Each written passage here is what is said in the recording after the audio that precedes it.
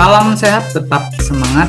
Jangan lupa like, share, dan subscribe channel Rudi Wijaya. Kali ini kita akan belajar bab 5, struktur atom, keunggulan nanomaterial, pertemuan ketiga. Tujuannya menganalisis konfigurasi elektron menurut teori model atom Bohr. IPA untuk SMA kelas 10. Nah, setelah kalian memahami posisi proton dan neutron di dalam inti atom, lalu yang menjadi pertanyaan, di manakah posisi elektron? Elektron berada di luar inti atom, namun pada bagian manakah? Bagaimana susunan elektron pada atom? Susunan elektron ini dikenal dengan istilah konfigurasi elektron. Pada bab ini dibahas singkat dua teori model atom yang mendasari konfigurasi elektron, yaitu teori model atom Niels Bohr dan mekanika kuantum. Persamaan kedua teori ini adalah sama-sama menjelaskan posisi dan susunan elektron pada suatu lokasi di luar nukleus. Nah, apakah perbedaan kedua teori ini? Mari kita lihat perbedaannya di tabel 5.3 berikut. Yang pertama, aspek pencetus. Teori model atom Bohr itu Niels Bohr, sedangkan mekanika kuantum adalah Louis de Broglie, Heisenberg, dan Erwin Schrödinger. Tahun teori model atom Bohr itu 1913, teori model atom mekanika kuantum itu dimulai tahun 1900. Selanjutnya, dari keberadaan elektron, menurut teori model atom Bohr, elektron berada pada kulit atom atau orbit atau lintasan yang merupakan tingkat energi elektron. Lintasan elektron itu diasumsikan mirip sistem tata surya. Kulit atom yang paling dekat dengan nukleus disebut kulit K, mempunyai energi elektron paling rendah. Makin jauh dari nukleus, tingkat energinya membesar. Elektron yang bermuatan negatif itu bergerak mengelilingi nukleus yang bermuatan positif. Selama bergerak pada lintasannya, maka elektron tidak menyerap atau memancarkan energi.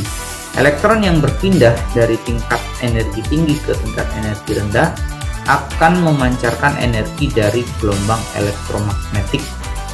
Demikian pula hal sebaliknya. Posisi elektron tidak akurat. Sedangkan untuk teori model atom mekanika kuantum, elektron berada dalam daerah paling memungkinkan terdapat elektron, disebut orbital. Nah, posisi elektron lebih akurat dibandingkan dengan teori model atom Bohr. Selanjutnya, bentuk orbit atau lintasan elektron. Model atom Bohr itu dikemukakan berbentuk elips, namun tidak dideskripsikan dengan jelas. Sedangkan mekanika kuantum selain berbentuk bola, ada juga berbentuk spesifik lainnya yang dapat dijelaskan atau dideskripsikan dengan jelas. Perilaku elektron sebagai partikel saja untuk model atom Bohr, sedangkan mekanika kuantum sebagai partikel sekaligus gelombang. Ada dualisme gelombang partikel. Efek elektromagnetiknya untuk teori model atom Bohr itu tidak dapat menjelaskan efek medan magnet maupun efek medan listrik, sedangkan mekanika kuantum mampu menjelaskan kedua efek tersebut dengan teliti. Selanjutnya, bilangan kuantum. Teori model atom Bohr itu tidak dapat menjelaskan bilangan kuantum, sedangkan mekanika kuantum itu bisa menjelaskan keempat bilangan kuantum sebagai ciri-ciri elektron yang spesifik. Aplikasinya, model atom Bohr itu hanya pada atom hidrogen, namun tidak pada atom berukuran besar. Untuk mekanika kuantum, pada semua ukuran atom, baik kecil, besar, maupun kompleks. Nah, kita lihat di sini tabel 5.4 konfigurasi elektron teori model atom Bohr. Ya, kita lihat kulit pertama 2, 3, 4, 5, 6, 7, nama kulit pertama itu K, kulit kedua L, kulit ketiga M, dan seterusnya sampai Q, ya. Nah, jumlah elektron maksimum pada kulit atom, ya masing-masing kulit itu 2n pangkat 2. Ya, artinya di kulit K itu maksimalnya itu 2 maksimumnya, di kulit L itu 8, 2 kali 2 pangkat 2 8, 18, kulit keempat 32, kulit kelima 50, kulit keenam 72, kulit ketujuh 98 maksimum elektronnya. Sekarang kita lihat susunan konfigurasi elektron menurut Bohr ya.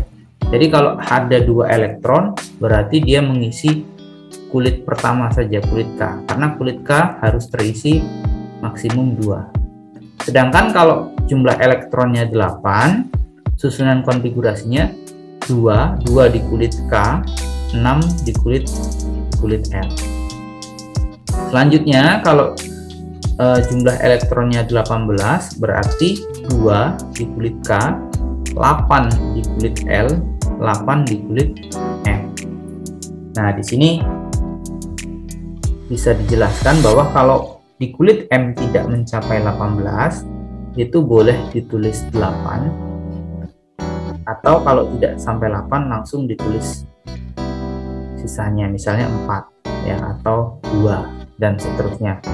Kulit N, jika jumlah elektronnya 32 maka konfigurasi elektronnya 2, 8, 18, 4 ya, 2, 8, 18, 4 dan demikian seterusnya.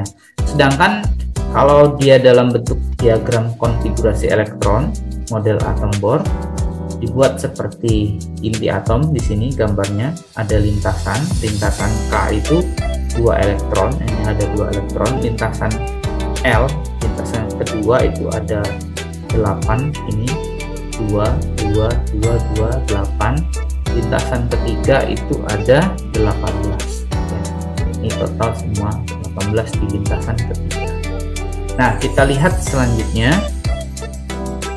Ini adalah tabel sistem periodik ya, yang menggambarkan susunan unsur-unsur ya. Nah, di tabel sistem periodik ini ada 2 golongan, ada golongan A. Golongan A itu terdiri dari 8, 1A, 2A, 3A, 4A, 5A sampai 8A. Sedangkan golongan B juga sama, ada 8 golongan ya, dimulai dari 1B, 2B, 3B, 4B, 5B, 6B, 7B dan 8B. Nah, di sini ada keterangannya sesuai dengan warna.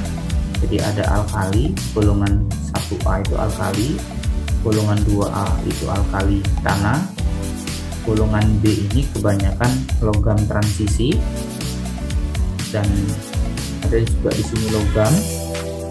Golongan A sebagian logam, terus sebagian juga semi logam di sini, dan non logam ya. Ini halogen di sini di 7A, di kelompok halogen, kelompok gas mulia 8A, dan kelompok lantanida, ini kelompok lantanida di unsur-unsur transisi, ada juga kelompok aktinida ya. Nah, jadi yang dari atas ke bawah itu namanya golongan, dari kiri ke kanan ya, lajur dari kiri ke kanan itu periode. Jadi ada 7 periode, ada 1, 2, 3, 4, 5, 6, 7 ya. Nanti kaitannya dengan konfigurasi elektron kita bisa lihat di sini kaitannya. Jadi mengetahui konfigurasi elektron dari atom suatu unsur akan memberikan informasi letak unsur pada periode dan golongan dalam sistem periodik. Jumlah kulit yang dimiliki atom itu merupakan letak unsur pada periode, sementara jumlah elektron valensi adalah letak unsur pada golongan utama maupun transisi. Kita lihat contohnya yang jumlah elektronnya 8, 26 konfigurasinya, berarti elektron valensinya 6, jumlah kulitnya 2, berarti ada di golongan 6 periode ke-2. Coba kita lihat tabel sistem periodik.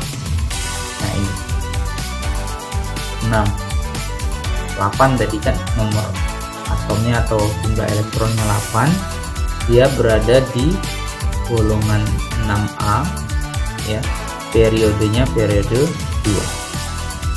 Oke. Nah, untuk lebih memahami tentang konfigurasi elektron, silakan kerjakan ya, ayo berlatih. Carilah data nomor atom dan nomor massa dari unsur aluminium dan unsur kalsium pada tabel sistem periodik. Buatlah konfigurasi elektron kedua unsur tersebut menggunakan diagram teori model atom Bohr. Ya, lihat contoh pada tabel 5.4. Tentukan jumlah kulit dan jumlah elektron valensi. Silakan dikerjakan. Sampai di sini.